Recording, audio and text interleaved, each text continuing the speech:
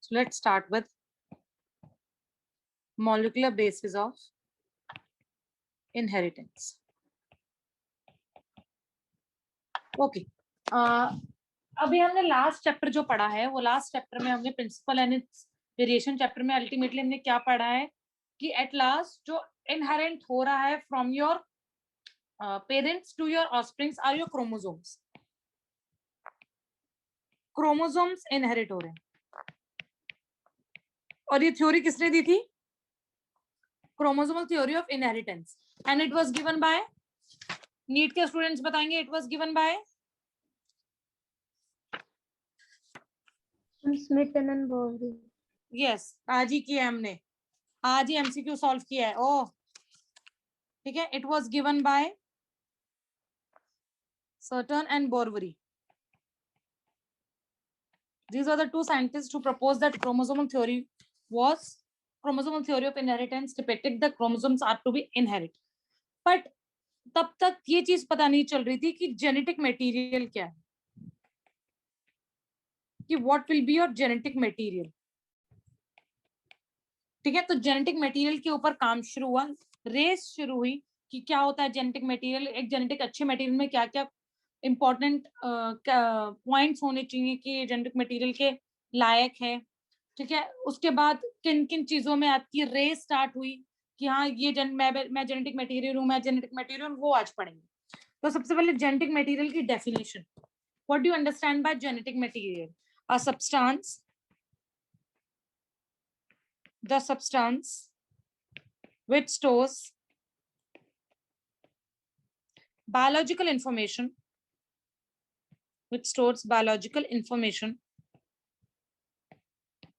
in a coded form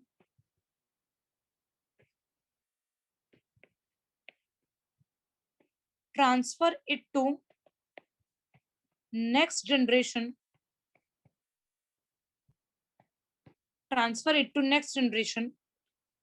and causes its expression. This particular substance will be called as a genetic material. जो biological information को store करके रखेगा, उसको transfer करेगा from one generation to another generation, और जिस भी generation में वो transfer होगा वहां पर जाके properly तरीके से express होना चाहिए. ठीक है. So this is what a genetic material should be. So what are the requirements? ठीक है. Essential requirement to be a genetic material. Essential requirement to be a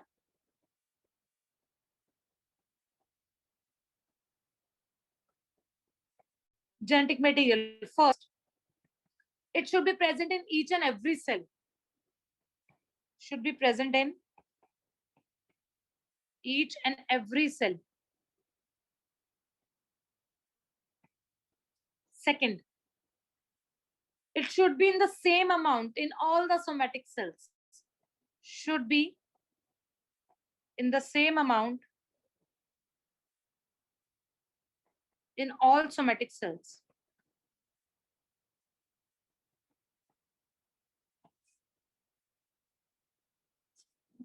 Okay. Next, it must show important point, very important point is it should show diversity. मेरा genetic material should be different from every genetic material of yours. हर किसी का genetic material unique होना चाहिए, diversify होना चाहिए. So there must be a huge diversity in your genetic material.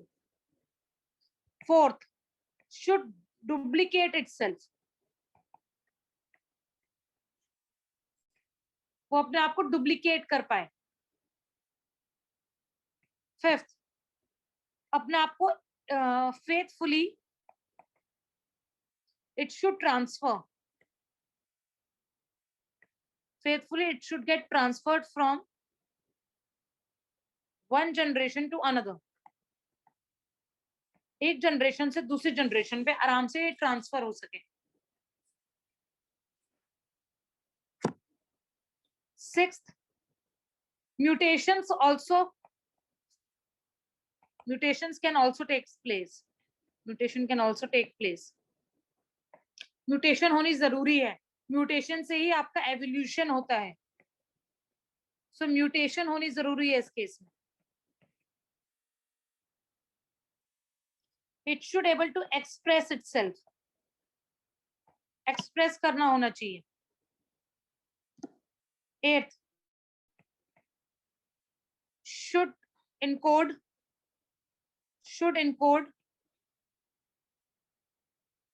a large amount of information,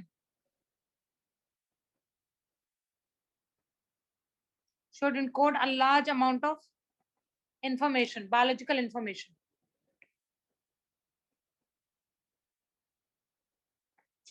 ठीक है, so these are the basic characteristics of a substance to be a genetic material.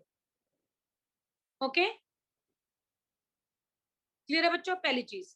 दूसरी चीज, अब race लगी, दो चीजों में basically race लगी है आपकी, एक प्रोटीन्स में और एक डीएनए में। प्रोटीन कह रहा है कि मैं हूं जेनेटिक मटेरियल, डीएनए कह रहा है मैं हूं genetic material.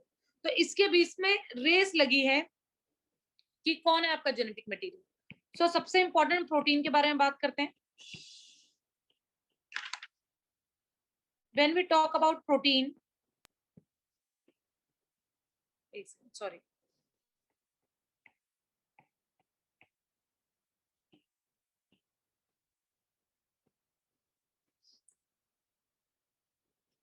so when we talk about protein, protein use to play, मतलब एक पॉइंट ऑफ टाइम पे, मतलब अंटिल 1940 तक यही बात हो रही थी कि प्रोटीन बहुत मेजर रोल प्ले करता है in believing that it is your genetic material, because it can express itself, it can show diversification, diversity होती है because of 20 standard amino acids, 20 standard amino acids की वजह से ये डाइवर्सिफिकेशन शो करता है। ठीक है, इसके पास इंपॉर्टेंट फंक्शंस हैं जो बॉडी के लिए इंपॉर्टेंट होते हैं, बॉडी मेटाबॉलिज्म के लिए। लेकिन एक इसमें ड्रॉबैक सबसे बड़ा ये है, it can not duplicate itself, ये डुप्लीकेट नहीं कर सकते, protein can not duplicate itself. इसी वजह से आफ्टर 1940, इसी वजह से क्या बोला गया, DNA is a genetic material, DNA is a genetic material.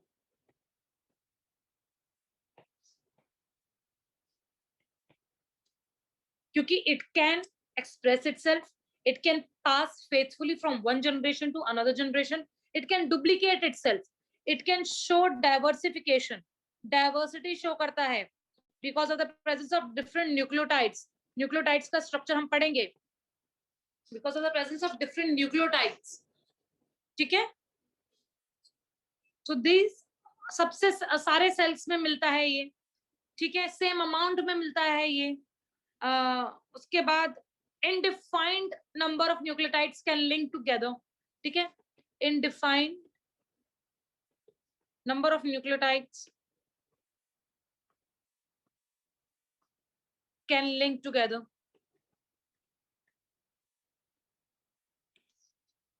Clear है, it can also generate mutations, mutations आराम से हो जाती है। जो भी सारे ऊपर पॉइंट्स हमने लिखे थे, ये 8 के 8 पॉइंट्स, दे और are capable of depicting that DNA wins the race of as a genetic material।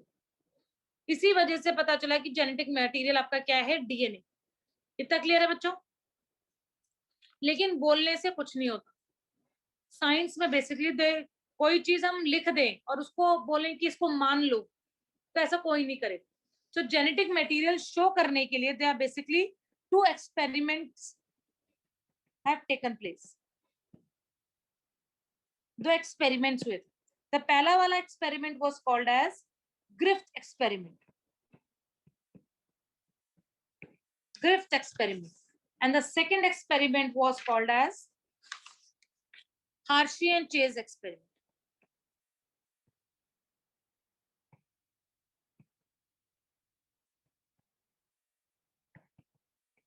So in the upcoming video we are going to study these 2 experiments in detail।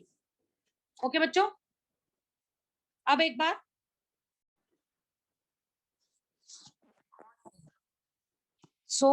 अब हमें क्या देखना है कि डीएनए तो पता चल गया, तो डीएनए जेनेटिक मटेरियल है बाय और वेरियस लिटरेचर रिव्यूज और वेरियस बातें वगैरह हमने कर ली, लेकिन जब तक एक्सपेरिमेंटली कोई चीज प्रूफ नहीं होती उसके ऊपर ठप्पा नहीं लगता अप्रूवल का। ठीक है, तो दैट सिंपली मीन्स पहला experiment to show that DNA is a genetic material was called as Griffith experiment. Griffith experiment, okay. सिर्फ ये एक्सपेरिमेंट ग्रिफ्थ ने नहीं किया था, इसके साथ साथ आपका ग्रिफ्थ एंड एवरी एक्सपेरिमेंट है, वो बाद में बताऊंगी इसके बारे में। अभी फिलहाल हम ग्रिफ्थ एक्सपेरिमेंट करेंगे। It was done in the year 1928। 1928 में आपका ग्रिफ्थ एक्सपेरिमेंट हुआ था। ठीक है, एक सेकंड, कुछ क्वेश्चंस आपके नीट के बच्चों के लिए। दिव्यांश वीडियो ऑन करो, भूमिका वीडियो ऑन करो। ग्रिफ्थ एक्सपेरिमेंट, ग्रिफ्थ ने क्या किया था, इसने एक आपका पॉजिटिव ऑर्गेनिज्म लिया था। ठीक है, जो कॉज करता है, जो एक्सपेरिमेंटल ऑर्गेनिज्म जो है, अगर मैं बोलूं experimental organism was your Streptococcus pneumonia. Streptococcus pneumonia, ठीक है, स्ट्रेप्टोकोकस निमोनिया। ऑब्वियसली दिव्यांश भैया ये बताओ सबको बेटा, 12th इसको हमारे बच्चों को कि स्ट्रेप्टोकोकस निमोनिया की शेप क्या होगी? Uncircular. Yes, cocci means circular shape and it is diplococci. Diplococci क्या होता है सोनल दीदी? मैम जो 2 के ग्रुप्स होते हैं। यस, 2 के ग्रुप्स होते हैं। और स्ट्रेप्टो मीन्स दिव्यांश भैया? Line बनाना. Yes, straight line, straight chain. ठीक है, एंड अभी ये और भी बताएंगे सोनल भैया हमें, ये ऑर्गेनिज्म कौन से ग्रुप पे आएगा, कौन से किंगडम में आएगा ये ऑर्गेनिज्म आपका? Ma'am Monera. Monera, it's a bacteria. ठीक है, इस बैक्टीरिया को हमने लिया था जो निमोनिया कॉज करता है। अब इस निमोनिया, इस बैक्टीरिया के 2 स्ट्रेन्स होते हैं। चलो दिव्यांश भैया, स्ट्रेन्स कौन सी बायोडाइवर्सिटी होती है?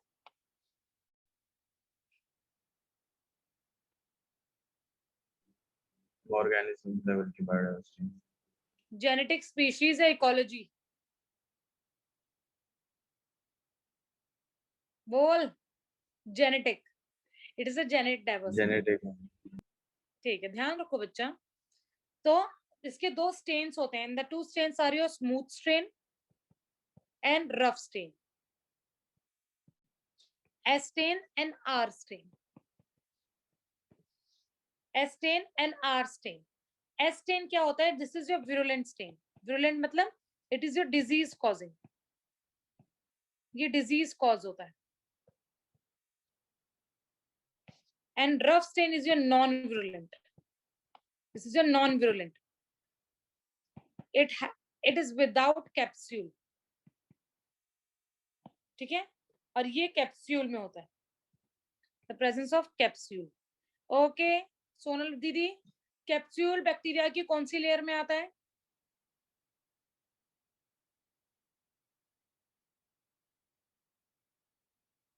ग्लाइकोकैलिक्स, याद आ गया? ग्लाइकोकैलिक्स। Yes ma'am. ठीक है, ओके नेक्स्ट। इसमें देखो विरुलेंट क्यों होगा, क्योंकि ये जो स्टेन है, this stain is protected by a polysaccharide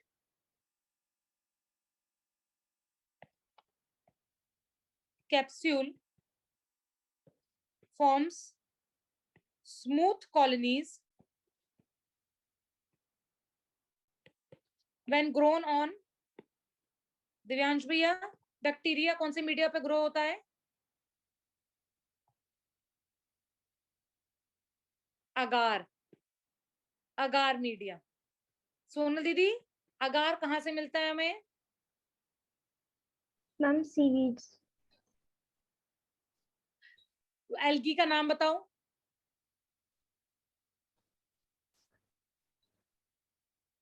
name the याद नहीं आ एल्गी रहा। बताओ क्या नाम है दिव्यांश भैया, अपने हम अपने छोटे बच्चों को रोडोफाइसी की बताओ। एल्गी होती है हाँ रोडो हाँ, रोडोफाइसी की जिलेडिनियम और गैल्सेरिया, कैल्सियम। याद आ गया। बच्चों देख लो, अगले साल तक तुम्हें ऐसे प्रिपेयर होना है नीट के लिए। ओके, हर एक चीज पे आपको क्वेश्चंस पुट अप करूंगी मैं, डोंट वरी। प्रोबेबली इस साल मैं 1 ईयर प्रोग्राम भी रन कर दूंगी नीट का, जिसमें तुम सब आओगे। क्लियर, चलो आगे आओ। तो अब क्या होता है, अब एक्सपेरिमेंट देखो, सामने देखो, हम सामने कुछ देखो भी सब। समझ क्या हमें तो समझ में ही नहीं आया। आपने स्मूथ स्टैंड रफ स्टैंड बताया, फिर उसके बाद ही आपने प्रोटेक्टेड वाला बस बताया, ये समझ नहीं आया। तू इतना शांति रख, बस यही याद रख कि 2 स्टेन से, एक स्मूथ स्टेन एंड एक रफ स्टेन। अगर रफ स्टेन आपका नॉन विरुलेंट है, नॉन विरुलेंट मतलब अगर ये बैक्टीरिया किसी के अंदर जाता है तो डिजीज कॉज नहीं करेगा, और अगर एस स्टेन जाता है तो डिजीज कॉज करेगा। सिंपल, मैम ये ठीक है, वाइट ये क्या है? बता रही हूँ क्या? बता रही हूँ बता रही हूँ, ठीक है। अब ये डिजीज कॉज कैसे कर पाता है, क्योंकि इस बैक्टीरिया के ऊपर एक प्रोटेक्टिव लेयर होती है, और वो लेयर किसकी होती है, कैप्सूल की, पहली बात। और ये दूसरी बात है, ये जो बैक्टीरिया है ये कॉलोनी फॉर्म करेगा।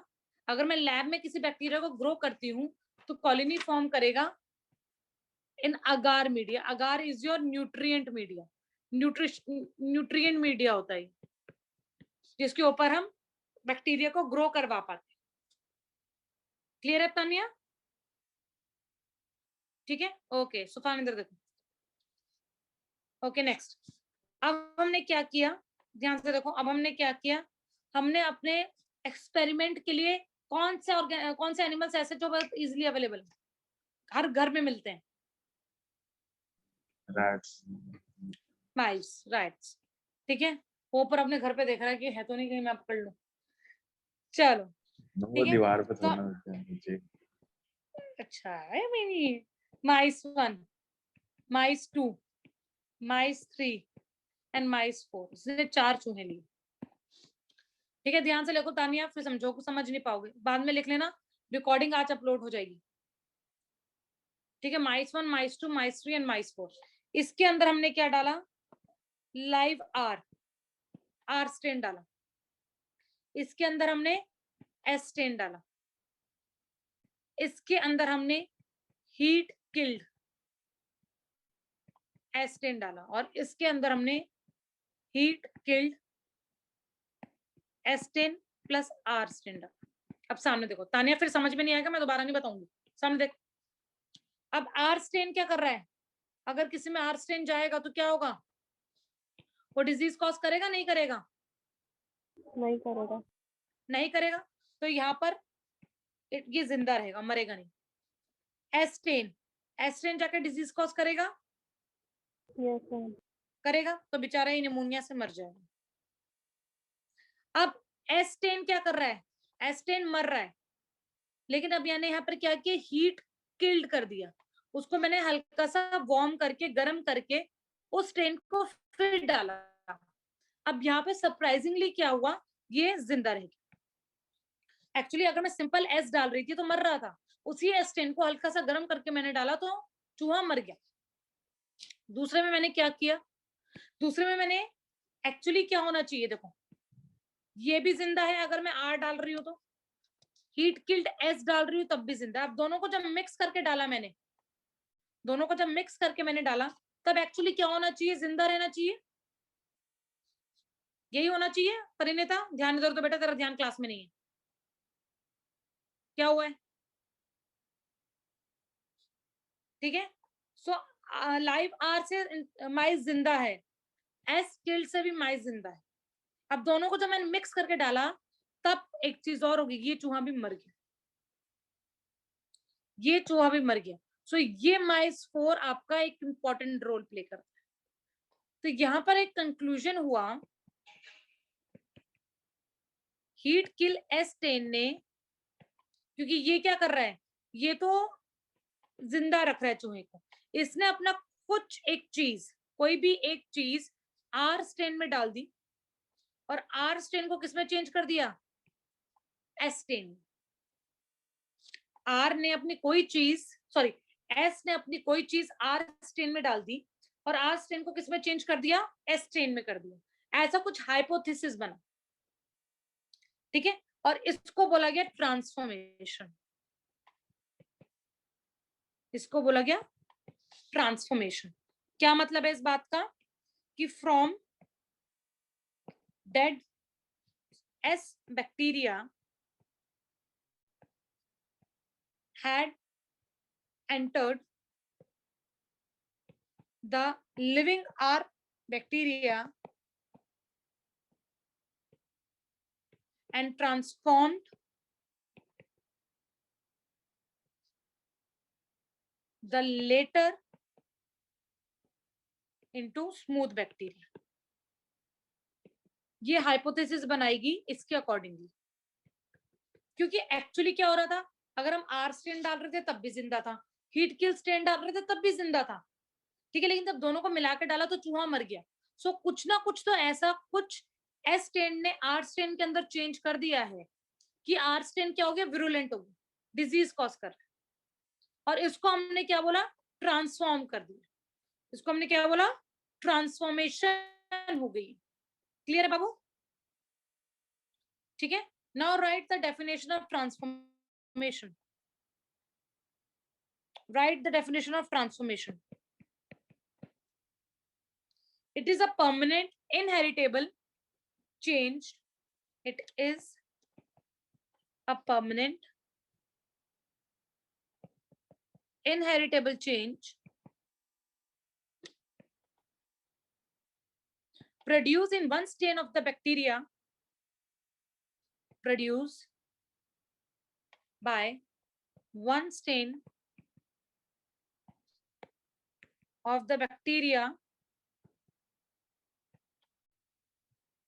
by a substance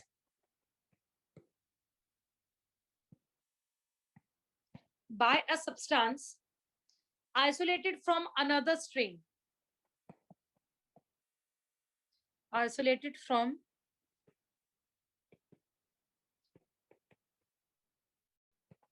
another strain of the same kind of bacteria.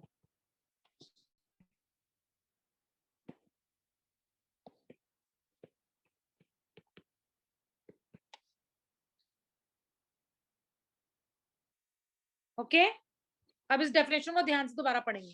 सामने देखो सब, it is a permanent inheritable change, एक चेंज हुआ है किसी एक ऑर्गेनिज्म में, प्रोड्यूस्ड बाय वन स्टेन, किसी एक स्टेन में, जो कि एक स्टेन एक बैक्टीरिया का है, और ये जो परमानेंट चेंज आया है वो किसकी वजह से आया है, बाय अ सब्सटेंस, एक सब्सटेंस की वजह से, जो कहां से आइसोलेट हुआ है, फ्रॉम अनदर स्टेन, एक और स्टेन से, और वो स्टेन उसको कहां से मिला है, with the same bacteria, same kind of bacteria.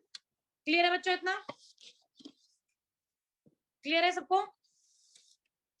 भूमिका, सोनल, सुफान, भूमिका क्लियर है बेटा? ओके अब ग्रिफ्थ एक्सपेरिमेंट ने कुछ चीजों के सवाल जवाब नहीं दे पाया था, ठीक है, हमेशा यही होता है। Griffith could not explain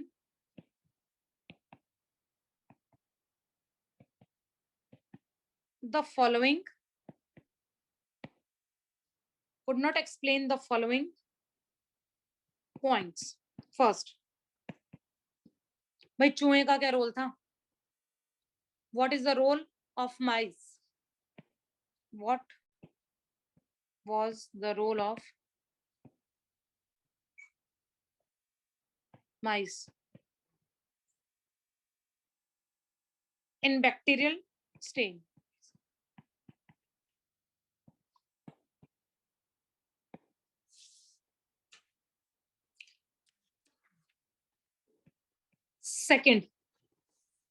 Second क्या है? What component or substance of S stain bacteria cause virulence? मतलब ऐसा क्या चीज एस स्ट्रेन ने ट्रांसफर करी होगी आर स्ट्रेन में कि आर स्ट्रेन क्या हो गया, विरुलेंट हो गया. It can be polysaccharide, it can be protein और इट कैन बी डीएनए. इन तीन चीजों के अलावा बैक्टीरिया में वैसे भी कुछ नहीं होता है. सो बैक्टीरिया में ऐसी कौन सी चीज इन तीनों में से ट्रांसफर हुई गई है टू आर स्ट्रेन, ताकि आर स्ट्रेन भी क्या हो गया, विरुलेंट हो. क्लियर है? इतना कहानी की तरह समझ में आ रहा है? तान्या ठीक है बाबू? क्लियर? चलो, अब कुछ सालों बाद जाकर ये सारे एक्सपेरिमेंट्स दोबारा एक बार किए गए, दोबारा इनको समझा गया, परखा गया. तो पहली चीज तो ये चीज प्रूव हुई कि mice do not have any role. पानी पी ले. Mice do not have any role. पानी पी ले, पानी पी ले, बहुत नींद आ रही है. दिव्यांश से पूछो. दिव्यांश सोया था दिन में? तुझे नहीं कह रही मैं, परिणीता को कह रही हूँ पानी पीने की. दिव्यांश सोया था दिन में? रात को ही नहीं सोया, दिन में सोया. ये देखो, ऐसे बच्चे नीट क्लियर करेंगे. सुबह 6 बजे की क्लास होती है इनकी, सुबह 6 बजे की. सोनल सोई था बेटा? नहीं मैम. मैं भी नहीं सोई. सोचो, 6 बजे की क्लास के बच्चे पढ़ रहे हैं मेरे साथ, और परिणीता तुझे नींद आ रही है. अरे मुझे नींद नहीं आ रही. उबासी आ रही है बस. यस. वाह, उबासी तो नॉर्मल चीज है, जैसे भूख लग रही है वैसे उबासी आ रही है. चलो ठीक है. तो पहली चीज ये बताई गई कि माइस का कोई रोल नहीं, बेचारे माइस को बेफालतू में शहीद होना पड़ा. अगर सेम चीज हम बैक्टीरियल सेल में लैब में भी करेंगे तभी हमें सेम रिजल्ट मिलेगा. सो कुछ सालों बाद ये पता चला कि mice has no role in transformation.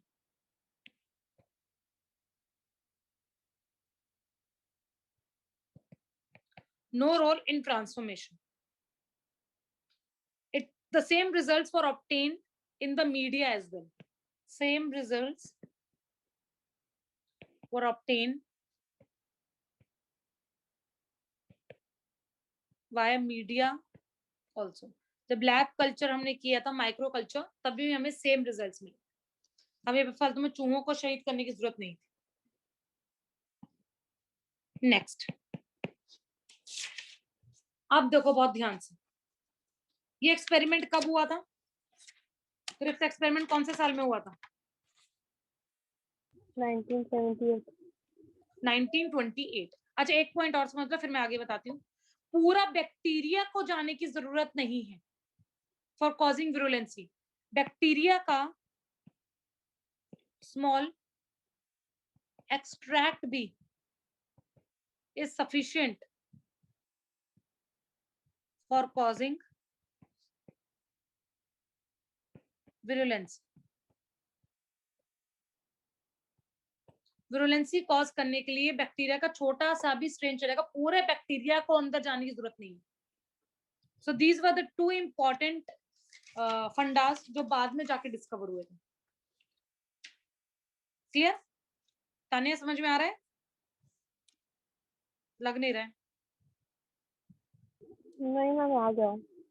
आ गया. चलो, अब ये जो ग्रिफ्थ एक्सपेरिमेंट हुआ था वो 1928 में हुआ था. ठीक है, जब हमें ये पता चल गया था कि कोई चीज ट्रांसफॉर्म हो रही है, लेकिन उसके बहुत सालों तक कुछ फर्क नहीं पड़ा. कोई एक्सपेरिमेंट नहीं हुआ, कोई चेंज नहीं हुआ. बाकी एक्सपेरिमेंट हुए 1944 में. अब यहां पर पता चलेगा आपको कि ट्रांसफॉर्मिंग एजेंट कौन सा है. ठीक है, तो 3 साइंटिस्ट थे, उनका नाम था एवरी, मैकॉल्डी एंड मैकार्टी. इन तीनों ने एक्सपेरिमेंट किया to show what was transforming agent. कौन सी चीज ट्रांसफॉर्म हो रही है. इन्होंने कुछ नहीं करना, बहुत सिंपल सी चीज है, सामने देखो. इसने क्या किया, इसने जो आपका एस टेन था उसके डिफरेंट कंपोनेंट्स ले लिए, पॉलीसेकेराइड अलग कर दिया, ठीक है, प्रोटीन अलग कर दिए, डीएनए अलग कर दिया, और सबको इंडिविजुअली आर स्टेन के अंदर डाल दिया, और फिर देखा कि कौन एस टेन में चेंज हो रहा। सिंपल सी बात, ये एस टेन में चेंज नहीं हुआ, ये एस टेन में चेंज नहीं हुआ, और ये क्या बन गया, एस बन गया। तो एस बनने के लिए कौन सा कंपोनेंट गया होगा, डीएनए कंपोनेंट गया। सिंपल सी बात। इसको और प्रूफ करने के लिए उसने क्या करा, डीएनए के साथ साथ जब उसको आर में डाला, साथ में डीएनएस डाल दिया। डीएनएस क्या होता है, this is an enzyme that used to degrade DNA. ये डीएनए को क्या कर देगा, डिग्रेड कर देता है। तो इस केस में एस बनेगा, आर बनेगा,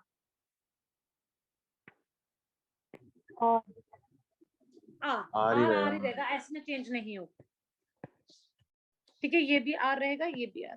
तो hence prove that yes DNA was acting as a transforming agent. वो एक जगह से दूसरी जगह इनहेरिट होता है। अगर कोई चीज ट्रांसफर हो रही है, अगर कोई चीज चेंज हो रही है, अगर कोई म्यूटेशन आ रही है, कोई भी चीज किसकी वजह से हो रही है, जब डीएनए एक स्ट्रेन से दूसरी स्ट्रेन में जा रहा है। क्लियर है बच्चा अच्छे से? Now I am giving you 2 minutes, एक बार इस पूरे एक्सपेरिमेंट से go through. The next experiment that showed that DNA is a genetic material. ये किसने किया था? In the year 1952 by the name of two scientists, Afridi, Hershey and Chase. Hershey and Chase experiment के नाम से famous experiment है। इसमें जो ऑर्गेनिज्म लिया है वो लिया आपका E coli. E coli is a bacteria, और इस बैक्टीरिया को हमने इन्फेक्ट करवाया है, दिस बैक्टीरिया को हमने इन्फेक्ट करवाया है with a bacteriophage. Okay Sonal दीदी, what do you mean by bacteriophage?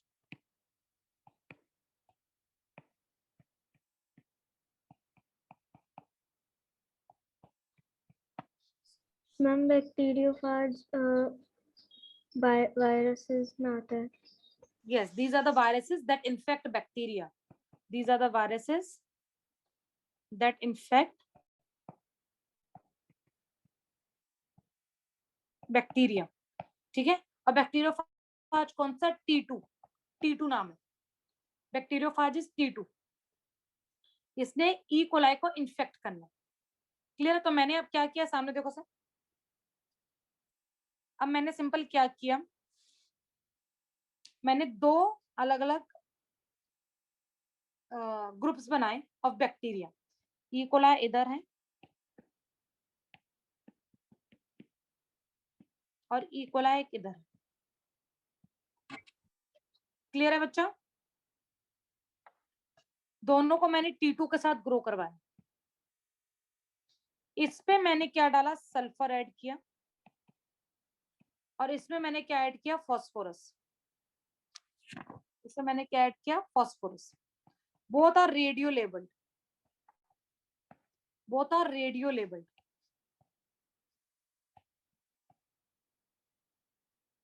P32 and S35,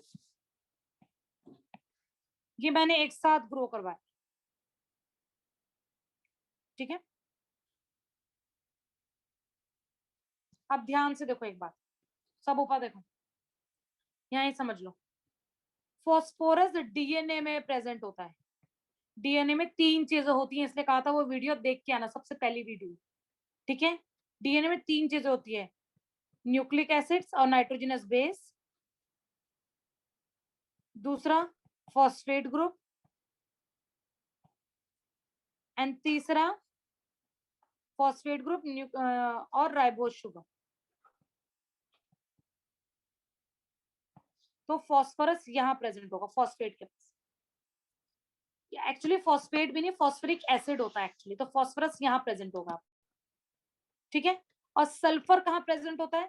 sulphur एक अमीनो एसिड में प्रेजेंट होता है, and the name of amino acid will be, Divyansh आज सुबह हमने एमसीक्यू किया है, name an amino acid in which sulphur is present. सुबह ही हमने एमसीक्यू सॉल्व किया है वाला। सोनल याद है? हम याद नहीं आया। सिस्टीन, सिस्टीन, ठीक है। और ये क्या बनाएगा आपका protein.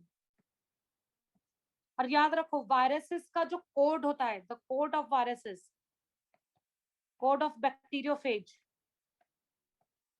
Are made up of proteins. और डीएनए जेनेटिक मटेरियल होता है।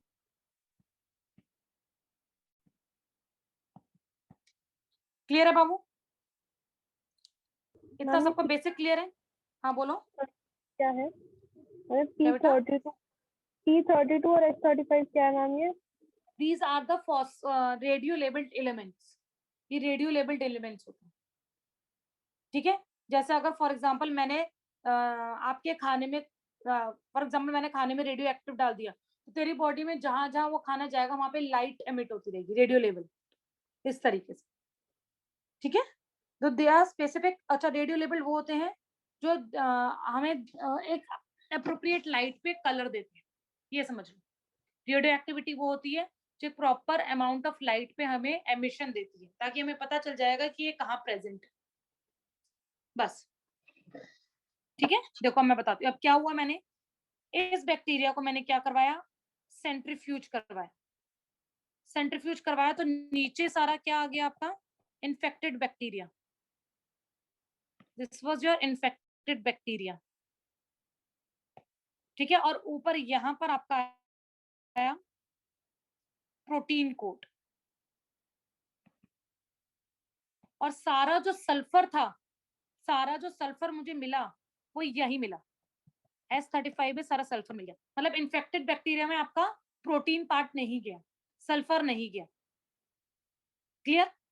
अब फिर जब मैंने यहाँ किया, यहाँ पे सेंट्रीफ्यूगेशन करी और यहाँ पर आपका इन्फेक्टेड बैक्टीरिया है, this was your infected bacteria. और यहाँ पर अब आपका क्या है, प्रोटीन कोड आया, प्रोटीन कोड अलग हो गया। इन्फेक्टेड बैक्टीरिया में आपको फास्फोरस दिखा, तो दैट सिंपली मींस फास्फोरस कहाँ गया होगा, डीएनए में गया होगा। और डीएनए कहाँ चला गया, तुम्हारा इन्फेक्टेड बैक्टीरिया के अंदर चला गया। दैट मींस कि yes, DNA is infecting bacteria. तो एट लास्ट जो ट्रांसफॉर्म हो रहा है, जो एक जगह से दूसरी जगह जा रहा है, वो कौन जा रहा है, आपका डीएनए जा रहा है। क्लियर है? समझ में आ गया अच्छे से? किसी को भूमिका, सोनल, सुफान, क्लियर है सबको? Yes, ma'am. ठीक है। अब इस बात को लिख लो जल्दी से।